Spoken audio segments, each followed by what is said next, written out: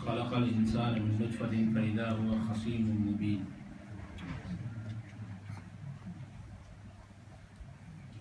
اللہ تبارک و تعالیٰ نے سورہ النحل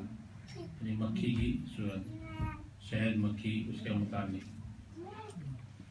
اللہ نے بڑی عجیب بادشاہ فرمائی کہ اللہ نے زمین و آسمان کو حق کے ساتھ پیدا کیا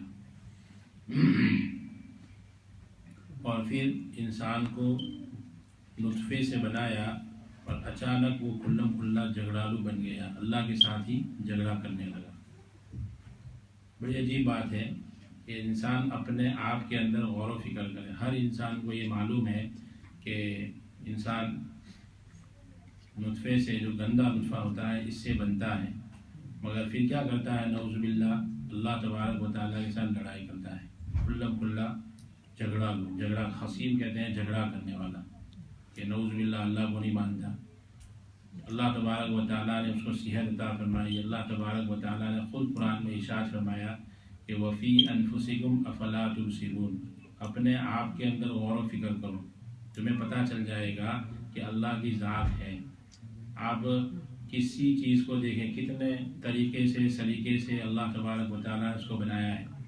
کہ ناک کو اوپر لگایا، کان کو سائڈ میں، منہ کو درمیان میں، زبان کو اس کے اندر۔ اگر اللہ تعالیٰ چاہتے کہ زبان کو پیروں میں لگا دیتے تو کیا ہوتا؟ کیا بالکل عجیب انسان معلوم ہوتا۔ یا ناک کو چیسٹ کے اوپر لگا دیتے، یا کوئی اور حصہ ہاتھ کو سر کے اوپر لگا دیتے،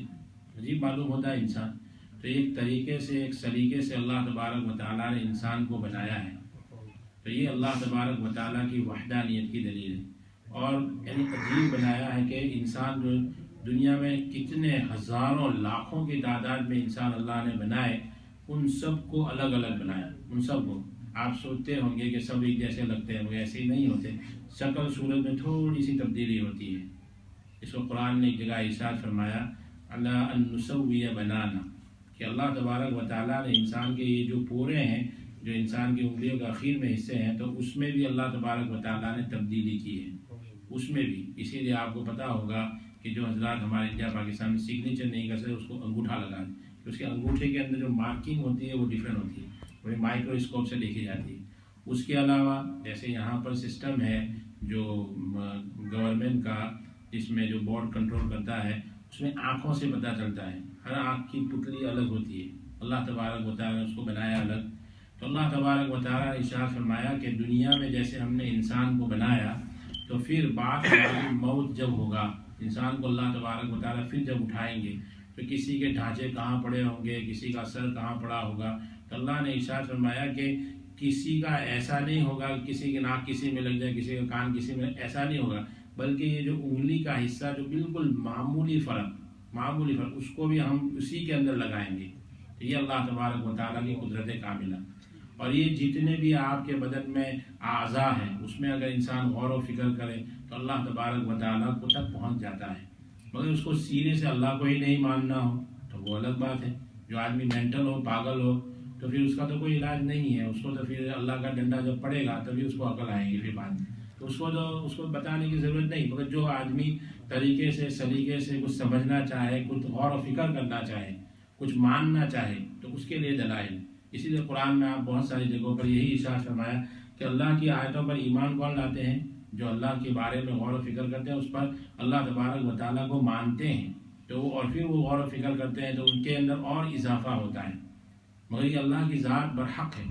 تو اللہ نے ارشاد فرمایا کہ یہ نطفے سے، اب یہ جو نطفہ ہے بڑا عجیب ہے کہ یہ انسان کچھ کھاتا ہے، کسی جگہ کا کھانا کھاتا ہے، کسی جگہ کا پتہ نہیں کیا کیا کھاتا ہے، اس سے خون بنتا ہے، خون سے بھی اللہ تعالیٰ نطفہ بناتے ہیں، نطفے سے پھر وہ ماں باپ کے ساتھ میں ملنے سے پھر وہ یعنی وہ خون ملتا ہے، اس میں پھر خون کے ذریعے سے اس کی پرورش بھی خون، ناپاک خون کے ذریعے سے ہوتی ہے، پھر بعد میں آہستہ سے وہ لوٹھڑا بنتا ہے، لوٹھڑے سے بھی جسم بنتا ہے، مگر اس کے اندر ہر چیز اللہ تبارک و تعالیٰ رکھی ہے۔ اب ایک ناخون دیکھیں گے، اس میں کون سی رگیں اللہ تبارک و تعالیٰ رکھی ہے کہ وہ بھی اضافہ ہوتا ہے۔ بال ہے، جو بال، ایک آپ چھوٹا سا بال ہے تو اس کے اندر بھی اللہ نے جان بخشی ہے، چھوٹا سا بال ہے، تو وہ آپ جب بال نکالیں گے تو اس سے آپ کو درد شروع ہو جائے گی، اور وہ بال کے اندر اگر آپ کاٹ کے نیچے رکھ دیں تو بالکل بے جان ہو جائے گا، اگر آپ کے جسم کے ساتھ لگا ہوا ہے تو بالکل یعنی جاندار ہے، وہ ہر بال جاندار ہے۔ تو یہ اللہ تبارک، اس کے علاوہ آنکھوں کے اندر یعنی ایسی باریک رگیں اللہ نے بنائی ہے کہ جو سائنسدان کہتے ہیں کہ یہ جو بال ہوتا ہے وہ تھوڑا موٹا ہوتا ہے کہ اس میں آپ سوراخ کرنا چاہیں کر سکتے ہیں، مگر آنکھوں کے اندر ایسی پتلی رگیں بنائی ہے، اس میں خون اللہ نے دوڑایا ہے۔ اب کس قسم کا خون ہوگا اللہ عالم بالصواب۔ اور یہ جو زبان ہے ہماری، اس میں ہر قسم کے ٹیسٹ ہم محسوس کرتے ہیں، یعنی ہزاروں لاکھوں قسم کے ٹیسٹ جو ہوتے ہیں وہ ہم سب اس زبان کے ذریعے سے معلوم کرتے ہیں، مگر جب اللہ تبارک و تعالیٰ نہ چاہے گا کسی کا تو بالکل ایسی زبان پڑی ہوتی ہے، اس میں کوئی طاقت نہیں ہوتی۔ تو یہ جو پھر وہ انسان بنتا ہے، تو پھر بعد میں جب اللہ تبارک و تعالیٰ اس کو ختم کر دیں گے تو جس طرح سے ابتدائے وقت میں کہاں کہیں اس نے روٹی کھائی، کہاں کا اس نے چاول کھایا، کہاں کا کیا کھایا، اس کے ساتھ ملا کر اللہ تبارک ایک انسان بنایا تھا، تو اللہ تبارک و تعالیٰ کی قدرت کاملہ سے پھر جب انسان بکھر جائے گا، اللہ تبارک و تعالیٰ کن فیکون کا ارادہ کریں گے اور سارے انسان ایک ساتھ جڑ کر اللہ کی بارگاہ میں کھڑے ہو جائیں گے اور اللہ کی بارگاہ میں رواں دواں ہو جائیں گے۔ یہ اللہ تبارک و تعالیٰ قدرت کاملہ ہے۔ مگر یہ قرآن کا جو پہلا صفحہ ہے کیا ہے؟ الف لام میم ذالک الکتاب لا ریب فیہ ھدی للمتقین الذین یؤمنون بالغیب۔ یہ جو ہمارا ایمان ہے، ایمان یہ غیب کے اوپر ہے، یہ بہت ضروری ہے، کیونکہ یہ غیب ہم نے اللہ کی ذات کو نہیں دیکھا، ہم نے فرشتوں کو نہیں دیکھا، ہم نے قرآن کو اترتا ہوا نہیں دیکھا، مگر ہم بن دیکھے مانتے ہیں۔ مگر جب انسان کی روح حدیث پاک میں آتا ہے حلق تک اتر جائے گی، یہاں حلق تک آ جائے گی، اور جس وقت غرغرہ کی حالت ہوتی ہے اس وقت انسان اپنے سامنے فرشتے دیکھتا ہے، اس وقت فرشتے دیکھتا ہے، اس وقت اس کو جنت جہنم نظر آتی ہے، تو اس وقت اس کا ایمان قابل قبول نہیں ہوتا۔ جیسے فرعون کے متعلق خود قرآن پاک نے ارشاد فرمایا کہ الآن وقد عصیت قبل وکنت من المفسدین، کہ اس نے کہا کہ میں ایمان لاتا ہوں اب اللہ کی ذات، جس وہ غرق ہو رہا تھا فرعون، تو اس نے کہا کہ میں ایمان لاتا ہوں اب۔ اللہ نے کہا کہ تیرا ایمان اب قابل قبول نہیں ہے، کیوں کہ اب تو نے سب کو دیکھ لیا ہے، کیونکہ جب انسان کو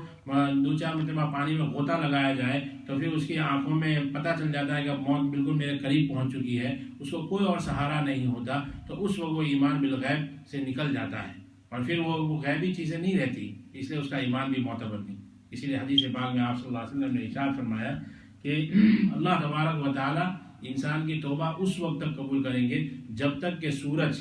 یعنی جو مغرب کی طرف سے غروب ہو رہا ہے وہاں سے واپس نہ نکلے، یعنی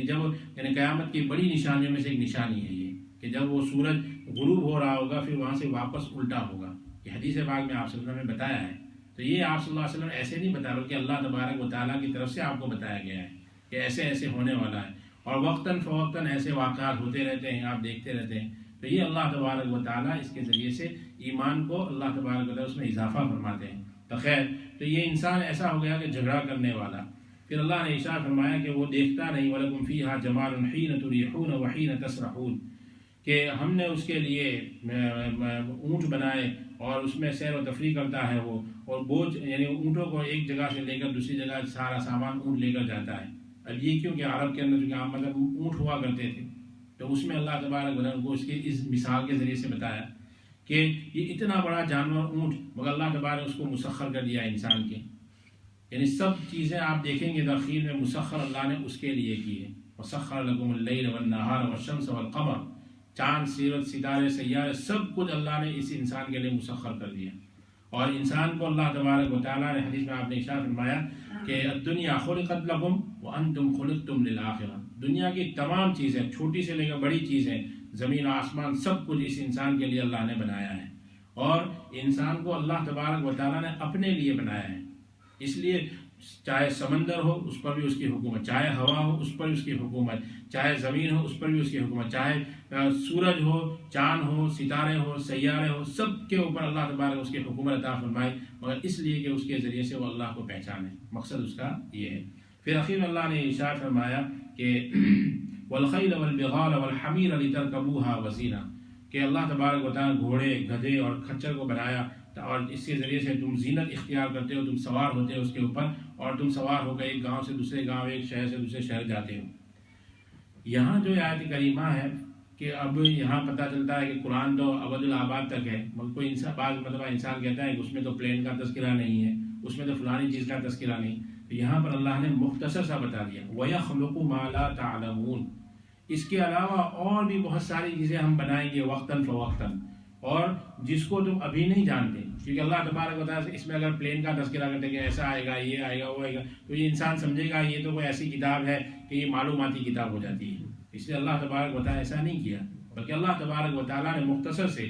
قرآن میں بعض جگہ آپ پڑھیں گے لعلہم یتفکرون، تم غور و فکر کرو، اس میں اللہ تبارک اور چیزیں نکالیں گے۔ جیسے کوئی کہے کہ موبائل کا تو یہاں تذکرہ ہی نہیں ہے، تو غور و فکر کریں گے، اس میں سے انسان پالے گا۔ اللہ تبارک و تعالیٰ بہت کچھ اور پیدا کرنے والے ہیں جو انسان کے دل و دماغ میں اللہ تعالیٰ ڈالتے ہیں، اور اس کے ذریعے سے بہت ساری نئی چیزیں وجود میں آتی ہیں۔ تو یہ کوئی ایسی کتاب نہیں ہے کہ معلوماتی کتاب ہے کہ اس میں سب لکھا ہوا ہے، تو ایسے نہیں ہوتا ہے۔ اللہ تبارک و تعالیٰ کا یہ کلام ہے، اللہ تبارک و تعالیٰ نے ہمارے لیے ہدایت کے لیے اصل بنایا ہے۔ اسی لیے آپ دیکھیں گے کہ کوئی واقعہ ایسا ہے کہ ابتدائی حصہ اس کا درمیان میں ہے اور درمیانی واقعے کا حصہ ابتدا میں ہے، کوئی ابتدائی حصے کا واقعہ وہ یعنی بالکل قرآن کے آخر میں ہے، تو کیونکہ اللہ تبارک و تعالیٰ نے مثال کے ذریعے سے انسان کو سمجھایا۔